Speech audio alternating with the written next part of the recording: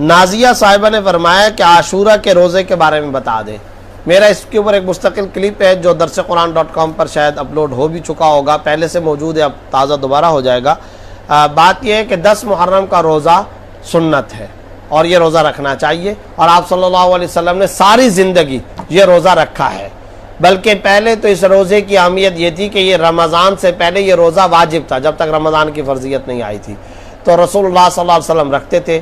رمضان کی فرضیت کے آنے کے بعد بھی آپ صلی اللہ علیہ وسلم رکھتے تھے، ساری زندگی رکھا ہے۔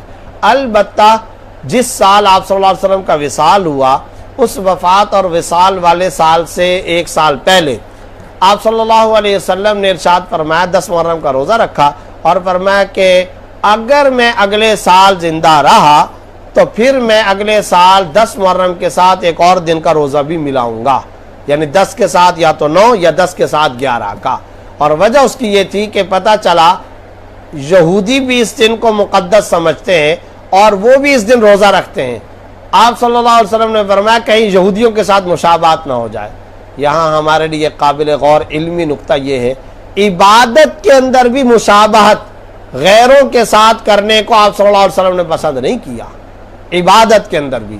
اور آج ہم چال ڈھال میں، وضع قطع میں، لباس کے اندر، کپڑوں کے اندر، اٹھنے بیٹھنے کے اندر، اپنی بول چال کے اندر، رفتار و گفتار کے اندر غیروں کی مشابہت اختیار کرتے رہتے ہیں، جبکہ یہ تو خالص عبادت ہے۔ روزہ تو اللہ کے لیے رکھا جاتا ہے، روزے کے اندر بھی آپ صلی اللہ علیہ وسلم نے غیروں کی مشابہت پسند نہیں فرمائی، اور یہ ارشاد فرمایا کہ میں اگر اگلے سال زندہ رہا تو میں اگلے سال باقاعدہ اس ایک دن کے ساتھ ایک اور روزہ رکھوں گا، اور یہ روایت بخاری مسلم کے اندر موجود ہے۔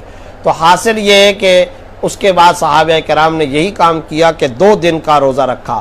تو اب ہمارے لیے بھی مسنون اور ہمارے لیے بھی شرعی طور پر تاکید ترغیب یہی ہے کہ اگر ہم روزہ رکھیں تو 2 دن کا روزہ رکھیں، یا 9 اور 10 کا، یا 10 اور 11 کا ہمیں روزہ رکھنا چاہیے۔ اللہ رب العزت ہم سب کو اس کی توفیق عطا فرمائے۔